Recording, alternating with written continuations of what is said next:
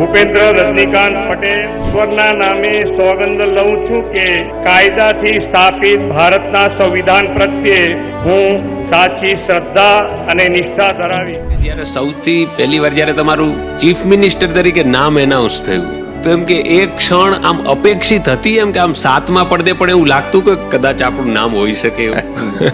એક ટકોય નહીં. હું ઊભો થઈને તાળીઓ પાડતો હતો, પાછળથી કોઈ કીધું આ તમારું નામ છે એટલે બેસે એવું.